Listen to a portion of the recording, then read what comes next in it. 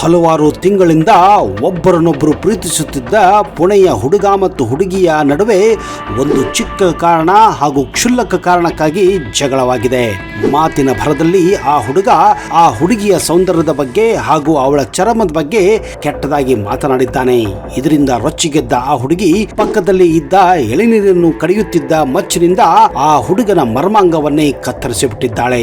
ಹೌದು, ಇಂಥದೊಂದು ಘಟನೆ ಮಹಾರಾಷ್ಟ್ರದ ಪುಣೆಯಲ್ಲಿ ಹೋದ ತಿಂಗಳಷ್ಟೇ ನಡೆದಿತ್ತು. ಹೌದು ಸ್ನೇಹಿತರೆ, ಒಬ್ಬ ಗಂಡಸಿಗೆ ತನ್ನ ಕೆಲಸ ಎಷ್ಟು ಮುಖ್ಯವೋ ಅದೇ ರೀತಿ ಒಂದು ಹೆಣ್ಣಿಗೆ ತನ್ನ ಸೌಂದರ್ಯ ಕೂಡ ಅಷ್ಟೇ ಮುಖ್ಯ. ಇತ್ತೀಚೆಗಂತೂ ಈ ಎರಡು ಅಂಶಗಳು ಗಂಡಿಗೂ ಹೆಣ್ಣಿಗೂ ಕೂಡ ಅನ್ವಯಿಸುತ್ತಿವೆ.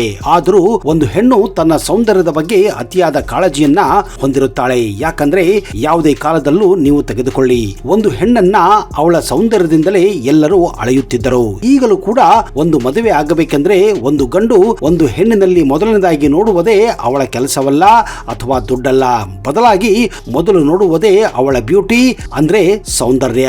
ಹೀಗಾಗಿ ಸೌಂದರ್ಯವನ್ನ ಕಾಪಾಡಲು ಒಂದು ಹೆಣ್ಣು ಯಾವಾಗಲೂ ಸದಾಕಾಲ ಪ್ರಯತ್ನ ಮಾಡುತ್ತಾನೆ ಇರುತ್ತಾಳೆ. ಅದರಲ್ಲೂ ಯಾರಾದ್ರೂ ಅವಳ ಸೌಂದರ್ಯದ ಬಗ್ಗೆ ಅವಳ ಚರ್ಮದ ಬಗ್ಗೆ ಕೆಟ್ಟದಾಗಿ ಮಾತನಾಡಿದರೆ ನಿಜಕ್ಕೂ ಅವಳು ರೊಚ್ಚಿಗೇಳುತ್ತಾಳೆ. ಒಂದು ಜಾಗತಿಕ ಸಮೀಕ್ಷೆಯ ಪ್ರಕಾರ ಮಹಿಳೆಯರು ವಾರಕ್ಕೆ ಸರಾಸರಿ ಸುಮಾರು 5 ಗಂಟೆಗಳ ಕಾಲ ವೈಯಕ್ತಿಕ ಅಲಂಕಾರಕ್ಕಾಗಿ ಅಂದ್ರೆ ಮೇಕಪ್ ಗಾಗಿ ಕಾಲವನ್ನ ಕಳೆಯುತ್ತಾರೆ ಎಂದು ಕಂಡು ಬಂದಿದೆ. ಇದರಲ್ಲಿ ಸ್ನಾನ ಆಗಲಿ, ಉಡುಗೆ ಆಗಲಿ, ಕೂದಲು ಮತ್ತು ಮೇಕಪ್ ಮಾಡುವುದರಲ್ಲಿ ಕಳೆಯುತ್ತಾರೆ ಮತ್ತು ಇದರಲ್ಲಿ ಹೆಚ್ಚಿನ ಸಮಯ ಅವರು ಕನ್ನಡಿಯ ಬಳಿಯಲ್ಲಿ ಕಳೆಯುತ್ತಾರೆ. ಯಾವುದೇ ವ್ಯಕ್ತಿಯ ಸೌಂದರ್ಯವನ್ನ ಹೆಚ್ಚಿಸುವುದೇ ನಮ್ಮ ಚರ್ಮ ಅಥವಾ ಮುಖದ ಕಾಂತಿ ಅಂತ ಹೇಳಬಹುದು. ಇದೇ ಕಾರಣ ಗಂಡಸರಿಗಿಂತ ಹೆಣ್ಣು ಮಕ್ಕಳು ತಮ್ಮ ತ್ವಚೆಯ ಬಗ್ಗೆ ಅಂದ್ರೆ ತಮ್ಮ ಮುಖದ ಕಾಂತಿಯ ಬಗ್ಗೆ, ತಮ್ಮ ಮುಖದ ಚರ್ಮದ ಬಗ್ಗೆ ಅತ್ಯಂತ ಕಾಳಜಿಯನ್ನ ವಹಿಸುತ್ತಾರೆ. ವಯಸ್ಸಾದಂತೆ ಮುಖದ ಕಾಂತಿ ಹಾಗೂ ಸೌಂದರ್ಯ ಕ್ಷಣಿಸುತ್ತಾ ಹೋಗುತ್ತದೆ. ಹೀಗಾಗಿ ಎಷ್ಟೋ ಮಹಿಳೆಯರು ತಮ್ಮ ಸೌಂದರ್ಯವನ್ನ ಸದಾಕಾಲ ಯೌವನದಲ್ಲಿರುವ ಹಾಗೆ ಮೇಂಟೈನ್ ಮಾಡಲು ಹಲವಾರು ಕ್ರೀಮ್ಗಳನ್ನ ಬಳಸುತ್ತಾರೆ. ಹೀಗೆ ಬಳಸುವುದರಿಂದ ನಮ್ಮ ಸೌಂದರ್ಯ ವೃದ್ಧಿಯಾಗುತ್ತಾ ಅಥವಾ ಯೌವನದಲ್ಲಿದ್ದಂತಹ ಆ ಸೌಂದರ್ಯ ಸದಾಕಾಲ ಉಳಿತಾ ಅನ್ನೋದು ದೊಡ್ಡ ಪ್ರಶ್ನೆ, ಅದು ಬೇರೆ.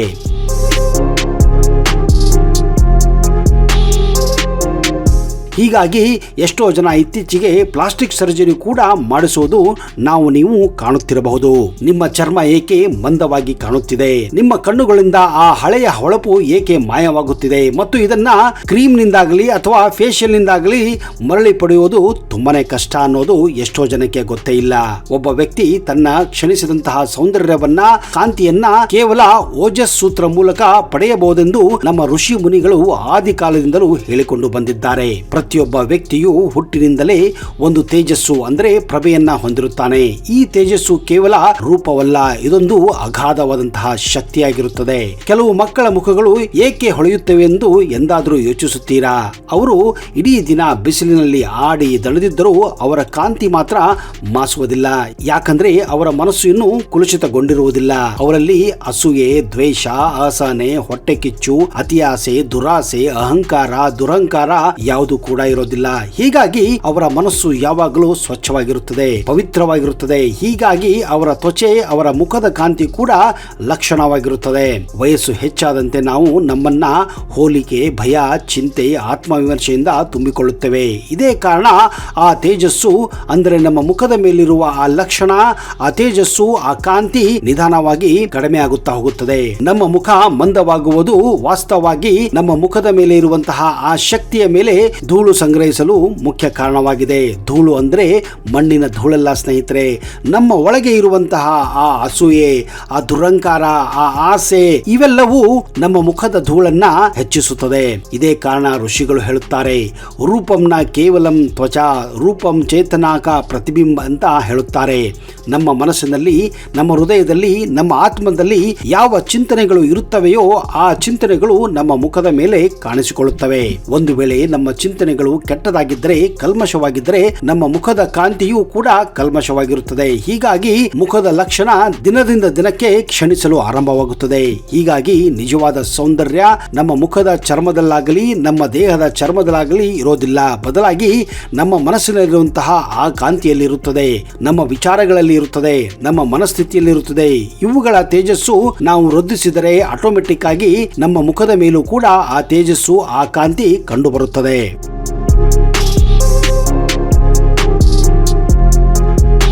ನಿಮ್ಮೊಳಗೆ ಇರುವ ಶಾಂತಿಯೇ ಮುಖದ ಕಾಂತಿಯಾಗಿರುತ್ತದೆ. ನಿಮ್ಮೊಳಗಿರುವ ಅಸಮತೋಲನವೇ ಅದು ಆಯಾಸವಾಗಿ ಪರಿಗಣಿಸುತ್ತದೆ.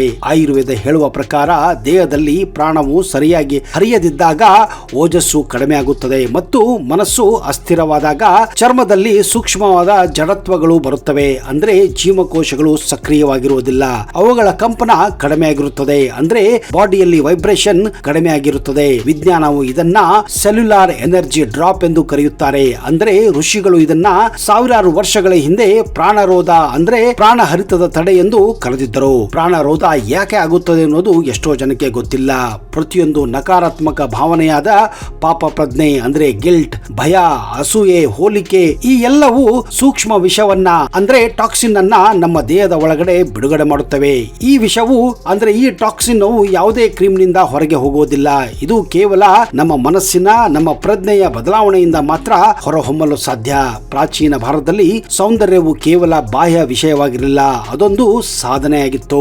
ಇದೇ ಕಾರಣ ಹಲವಾರು ವಸ್ತುಗಳನ್ನ ಅವರು ಬಳಸುತ್ತಿದ್ದರು. ಮೊದಲನೇದಾಗಿ ಶ್ರೀಗಂಧ ಅಂದ್ರೆ ಚಂದನ್ ಅಂದ್ರೆ ಸ್ಯಾಂಡಲ್ವುಡ್. ಸ್ತ್ರೀಯರು ಶ್ರೀಗಂಧವನ್ನ ಕೇವಲ ಚರ್ಮಕ್ಕೆ ಮಾತ್ರ ಹಚ್ಚುತ್ತಿರಲಿಲ್ಲ, ಅದು ಚಂದ್ರನ ಶಕ್ತಿಯನ್ನ ಹೊಂದಿತ್ತು. ದೇಹದ ಉಷ್ಣಾಂಶವನ್ನ ಅದು ಶಾಂತಗೊಳಿಸುತ್ತಿತ್ತು.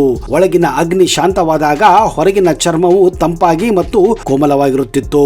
ಎರಡನೆಯದು ಅರಿಶಿಣ ಅಂದ್ರೆ ಹಳದಿ. ಇದನ್ನ ಸೂರ್ಯನ ಸಂಕೇತವೆಂದೇ ಪರಿಗಣಿಸಲಾಗಿದೆ. ಅರಿಶಿಣ ಜೀವನದ ಒಂದು ಜ್ವಾಲೆಯಾಗಿದೆ.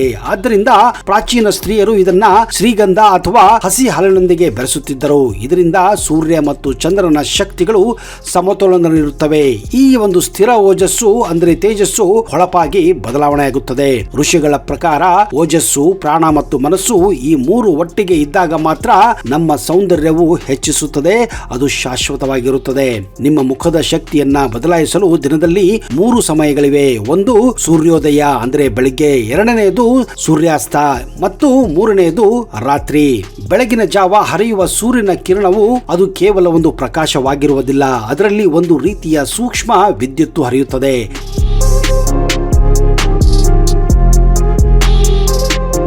ಬೆಳಿಗ್ಗೆಯ ಮೊದಲ ಕಿರಣ ಬಂದಾಗ ಕನ್ನಡಿಯೊಳಗೆ ನೋಡಿ ಕೇವಲ 3 ಸೆಕೆಂಡುಗಳ ಕಾಲ ನಕ್ಕರೆ ಸಾಕು. ಸೂರ್ಯನ ಕಿರಣಗಳ ಪ್ರತಿಬಿಂಬ ನಿಮ್ಮ ತ್ವಚೆಯ ಮೇಲೆ ಬೀಳುತ್ತದೆ ಹಾಗೂ ಅದು ನಿಮ್ಮ ಮನಸ್ಸಿನ ಮೇಲೆ ಭಾರಿ ಪ್ರಭಾವ ಬೀರುತ್ತದೆ. ವಿಜ್ಞಾನವು ಇದನ್ನ ಮಿರರ್ ನ್ಯೂರಾನ್ ಆಕ್ಟಿವೇಶನ್ ಎಂದು ಕರೆಯುತ್ತಾರೆ. ನಿಮ್ಮ ಮೆದುಳು ಸಿರೋಟೋನಿನ್ ಅನ್ನ ಬಿಡುಗಡೆ ಮಾಡಿ ಮುಖದಲ್ಲಿ ರಕ್ತದ ಹರಿವನ್ನ ಹೆಚ್ಚಿಸುತ್ತದೆ. ಈ ಒಂದು ಪ್ರಕ್ರಿಯೆ ನಮ್ಮ ದೇಹದಲ್ಲಿ ಹಲವಾರು ರಸಾಯನಗಳನ್ನ ಅಂದ್ರೆ ಕೆಮಿಕಲ್ಸ್ ಗಳನ್ನ ಬಿಡುಗಡೆ ಮಾಡುತ್ತದೆ. ಈ ಕೆಮಿಕಲ್ಸ್ ಗಳೇ ನಿಮ್ಮ ಮುಖದ ಮೇಲೆ ಕಾಂತಿಯನ್ನ ಹೆಚ್ಚಿಸುತ್ತದೆ, ಸೌಂದರ್ಯವನ್ನು ಕೂಡ ಹೆಚ್ಚಿಸುತ್ತದೆ. ಋಷಿಗಳು ಇದನ್ನ ಸ್ಮಿತ್ ಸಾಧನ ಎಂದು ಕರೆಯುತ್ತಿದ್ದರು. ಹೌದು, ಬೆಳಗಿನ ಜಾವ ಕನ್ನಡಿಯನ್ನ ನೋಡಿ ಕೇವಲ 3 ಸೆಕೆಂಡ್ಗಳಷ್ಟು ನೀವು ನಕ್ಕರೆ ನಿಮ್ಮ ಮುಖದ ಮೇಲಿರುವ ಆ ಒಂದು ಕಾಂತಿ ಮರಳಲು ಪ್ರಾರಂಭಿಸುತ್ತದೆ. ಸೂರ್ಯಾಸ್ತ ಈ ಸಮಯದಲ್ಲಿ 2 ನಿಮಿಷಗಳ ಕಾಲ ನಿಮ್ಮ ಮುಖದ ಮೇಲೆ ಒದ್ದೆ ಗುಲಾಬಿ ನೀರನ್ನ ಹಚ್ಚಿಕೊಳ್ಳಿ. ಕಣ್ಣು ಮುಚ್ಚಿ ನಾನು ಇಂದಿನ ದಿನವನ್ನ ತ್ಯಜಿಸುತ್ತಿದ್ದೇನೆ ಎಂದು ಹೇಳಿ. ಇದರಿಂದ ಪ್ಯಾರಾಸಿಂಥೆಟಿಕಲ್ ಸಿಸ್ಟಮ್ ಸಕ್ರಿಯಗೊಂಡು ಒತ್ತಡವು ಅಂದ್ರೆ ಸ್ಟ್ರೆಸ್ ಕಡಿಮೆ ಆಗುತ್ತದೆ. ಇದೇ ಕಾರಣ ಹಿಂದಿನ ದಿನಗಳಲ್ಲಿ ಮಹಿಳೆಯರು ಸೂರ್ಯಾಸ್ತದ ನಂತರ ದೀಪವನ್ನ ಹಚ್ಚಿ ದೀಪದ ಮುಂದೆ ಕುಳಿತುಕೊಳ್ಳುತ್ತಿದ್ದರು. ಇದು ಕೇವಲ ಪೂಜೆಯಲ್ಲ, ಇದೊಂದು ಸೌಂದರ್ಯ ಧ್ಯಾನವಾಗಿತ್ತು. ಆ ಜ್ವಾಲೆ ಮತ್ತು ಕಣ್ಣುಗಳ ನಡುವೆ ಒಂದು ಸಂಪರ್ಕ ಉಂಟಾಗುತ್ತಿತ್ತು. ಇದು ಪಿನಿಯಲ್ ಗ್ರಂಥಿಯನ್ನ ಸಕ್ರಿಯಗೊಳಿಸುತ್ತದೆ. ದೇಹದ ನೈಸರ್ಗಿಕ ಪುನರ್ಜೀವನ ಹಾರ್ಮೋನ್ ಆದಂತಹ ಮೆಲೋಟೋನಿಯನ್ ಅನ್ನ ಹೆಚ್ಚಿಸುತ್ತದೆ. ಈ ಮೆಲೋಟೋನಿಯನ್ ಹೊಸ ಕ್ರಾಂತಿಯನ್ನ ಹೆಚ್ಚಿಸುವಂತಹ ಒಂದು ಅಂಶವಾಗಿದೆ. ರಾತ್ರಿ ಎಲ್ಲರೂ ಮಲಗಿದಾಗ ನಿಮ್ಮ ಹಣೆಯ ಮೇಲೆ ತುಪ್ಪದ ಒಂದು ಬಿಂದುವನ್ನ ಹಚ್ಚಿ. ಇದು ಒತ್ತಡದ ಸಂಕೇತಗಳು ಹರಡುವ ಪ್ರದೇಶವಾದ ಅಗ್ನಿ ಬಿಂದುವನ್ನ ಶಾಂತಗೊಳಿಸುತ್ತದೆ. ನಿಮ್ಮ ಹಣೆಯ ಮೇಲೆ ತುಪ್ಪವನ್ನ ಹಚ್ಚಿದಾಗ ನಿಮ್ಮ ತಲೆನೋವಾಗಲಿ ಹಾಗೂ ನಿಮ್ಮ ತಲೆಯಲ್ಲಿರುವ ಹಲವಾರು ಕೆಟ್ಟ ವಿಚಾರಗಳು ಮಾಯವಾಗುತ್ತವೆ. ಇದರಿಂದ ನಿಮ್ಮ ಮನಸ್ಸು ಹಗರಾಗುತ್ತದೆ ಹಾಗೂ ನಿಮ್ಮ ದೇಹ ಶಾಂತಿಯಾಗುತ್ತದೆ. ಅದಲ್ಲದೆ ಯಾವಾಗ ನಿಮ್ಮ ಮನಸ್ಸು ಹಗರಾಗುತ್ತದೆಯೋ, ಶಾಂತವಾಗುತ್ತದೆಯೋ, ನಿಮ್ಮ ಮುಖದ ಮೇಲೆ ಆ ಒಂದು ಓಜಸ್ಸು, ಆ ಒಂದು ತೇಜಸ್ಸು, ಆ ಒಂದು ಕಾಂತಿ ಇದ್ದಕ್ಕಿದ್ದ ಹಾಗೆ ಹೊಳೆಯಲು ಪ್ರಾರಂಭಿಸುತ್ತದೆ. ವಿಜ್ಞಾನವು ಇದನ್ನ ನರ್ವಸ್ ರೀಸೆಟ್ ಪಾಯಿಂಟ್ ಎಂದು ಕರೆಯುತ್ತದೆ ಮತ್ತು ಆಯುರ್ವೇದದಲ್ಲಿ ಇದನ್ನ ಶಾಂತಿ ಬಿಂದು ಎಂದು ಕರೆಯಲಾಗುತ್ತದೆ. ಇದರಿಂದ ಮುಖವು ಮರುದಿನ ಶಾಂತ, ಕೋಮಲ ಮತ್ತು ಜೀವಂತವಾಗಿ ಪರಿಗಣಿಸಲ್ಪಡುತ್ತದೆ.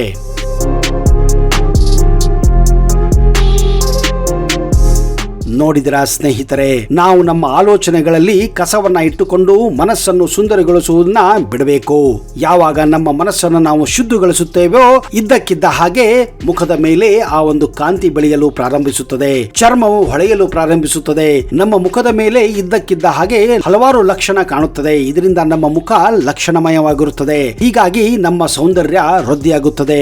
ಈಗ ನಿಮಗೆ ಗೊತ್ತಾಗಿರಬೇಕು, ನಮ್ಮ ಔಟರ್ ಬ್ಯೂಟಿಯನ್ನ ಹೆಚ್ಚಿಸಲು ನಮ್ಮ ಇನ್ನರ್ ಬ್ಯೂಟಿಯನ್ನ ನಾವು ಹೆಚ್ಚಿಸಬೇಕು. ಅಂದ್ರೆ ಒಳಗಿನ ಕಾಂತಿ ಯಾವಾಗ ಹೆಚ್ಚಿಸುತ್ತದೆಯೋ ಆವಾಗ ಇದ್ದಕ್ಕಿದ್ದ ಹಾಗೆ ಹೊರಗಿನ ಕಾಂತಿ ಮತ್ತು ಓಜಸ್ಸು ಕೂಡ ಹೆಚ್ಚುತ್ತದೆ. ಇದರಿಂದ ನಾವು ಹೆಚ್ಚು ಬ್ರೈಟ್ ಆಗಿ ಕಾಣುತ್ತೇವೆ. ನೀವೇ ನೋಡಬಹುದು, ಹಲವಾರು ನಮ್ಮ ದೊಡ್ಡ ದೊಡ್ಡ ಸಾಧಕರು, ದೊಡ್ಡ ದೊಡ್ಡ ಋಷಿ ಮುನಿಗಳು ತಮ್ಮ 80 90 ವಯಸ್ಸಿನಲ್ಲೂ ಕೂಡ ಕಾಂತಿಮಯವಾಗಿರುತ್ತಾರೆ. ಅಂತಹ ಕೆಲವೊಂದು ಋಷಿ ಮುನಿಗಳನ್ನ ನೀವು ನೆನೆಸಿಕೊಳ್ಳಿ. ಈಗಲೂ ಕೂಡ ಅಂತಹ ಮುನಿಗಳನ್ನ, ಅಂತಹ ಋಷಿಗಳನ್ನ, ಅಂತಹ ಸಾಧಕರನ್ನ ನೀವು ಕಾಣಬಹುದು.